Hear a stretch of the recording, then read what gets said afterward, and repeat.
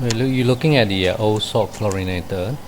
This one is even older, so that's the first one that we had, and that's the second one.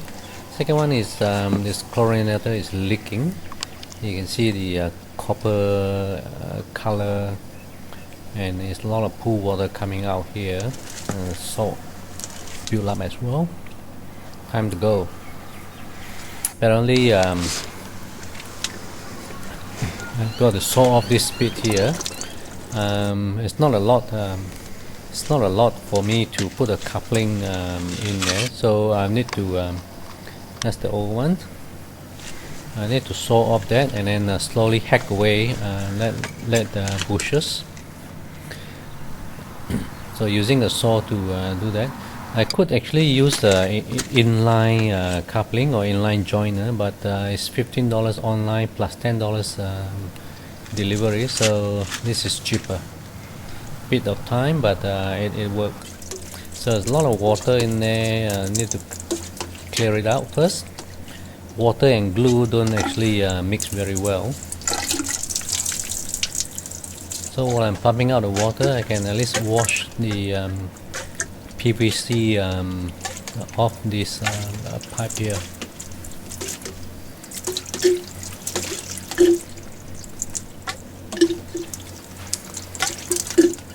Alright, that's almost done it. So the next job is to make sure that it's really dry, but before I do that I need to sand down smoothen down the pipe. There's a lot of glue, got fragments in there still stuck onto the pipe.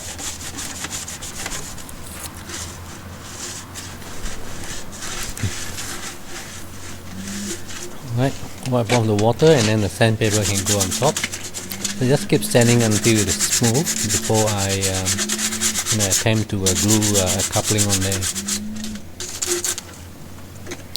Test to see whether it fit. Yep, perfect fit now. So that'll be fine. So this is in the pressure environments. Always a good idea to put a primer on. Primer actually remove a bit of gloss on the new coupling, and also remove grease on all this pipe. They makes the glue sticks so much better. I don't normally worry about primer for the eggy pipes or this waste pipe, but for this pressure environment it is a good idea to have them. And this is a bit rough, so I'll apply a bit more glue in the hope that the glue will work into the old glue, and all these rough cuts or rough edges that I might have. Better to be over than under. I don't want it to be leaking when it's all done.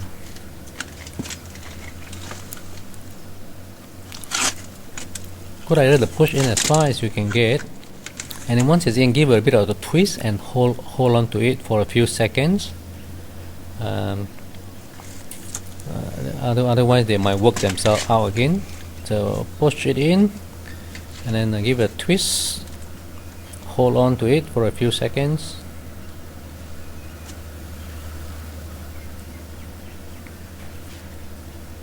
That should do it. Yep, it's not going anywhere now. And then for the bits and pieces that comes with the in the box, it's a good idea to check out what goes where first before we start gluing. So these two are attached to the chlorinator, and that's the bushes. To the chlorinator comes in 50 mm and my pipe is 40, so I'll need this. And got to make sure which way it goes in.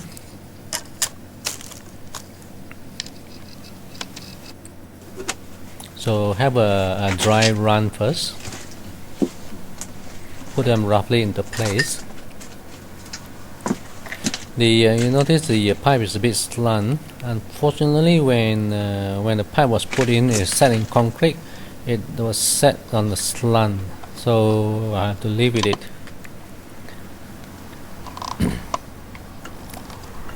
So that's how it will go, and I'll need to put the bushers in to reduce the 50 to 40 millimeter.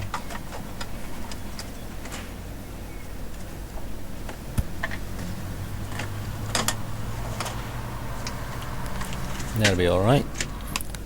So start to glue. Again, same thing, primer.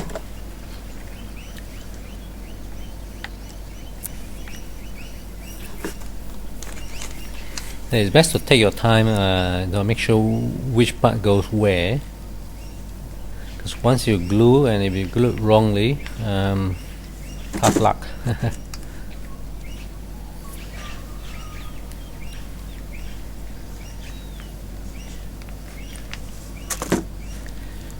So I had the old ones. It's been about 5 years already. I went to the shop and complained about it.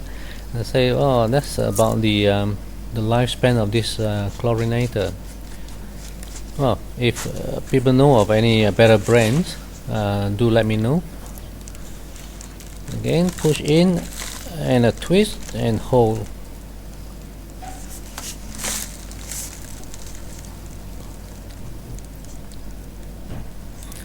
I've been using this Zodiac brand is because if the controller is not working, they actually send out a service person to your site during the warranty period. So that sort of is much better than sending it away or dismantling and taking to the shop.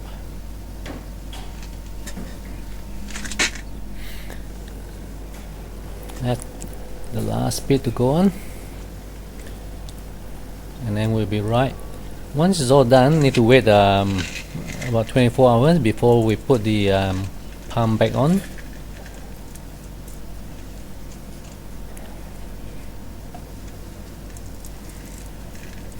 Give the glue time to dry. So this is the very last bit.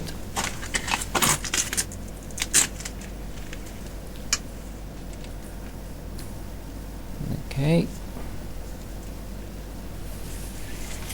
perfect. Squeeze it in, and on this I can't twist. There's no way to twist, so we just have to use the body weight to hold it down.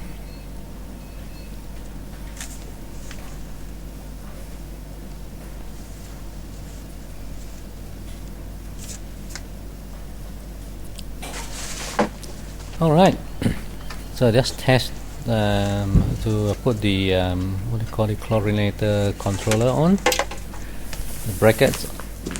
I put a what do you call hex screw in there and hang it up there. So this is now all under shelter, protected from the midday sun and rain. So hopefully it will last a bit longer than the other two that I had before.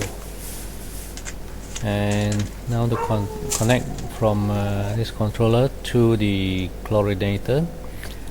Two red wires and a black, and I think the two red is live, the black is neutral. So the two red must be for the alternating polarity to stop the build up of the what they call on the cell. And that little one must be for the flow sensor. A bit hard to push in. So if this sensor senses there's no flow, then it will not be producing chlorine gas. So it's a good feature to have. You don't want to have a slow flow of water during cloudy days, and the chlorine keep producing. It's actually quite dangerous when you don't have a flow and the gas keeps producing. So most of the chlorinator now have these features to stop chlorination when the flow is low. Alright, good tap to go in, and now we wait till tomorrow.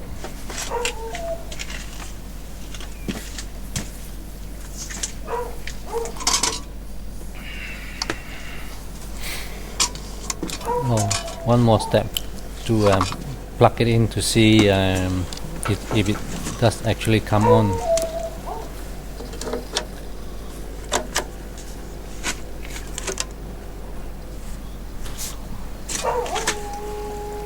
Okay, we'll see. Yep, it does come on. So now we wait for tomorrow to power it up.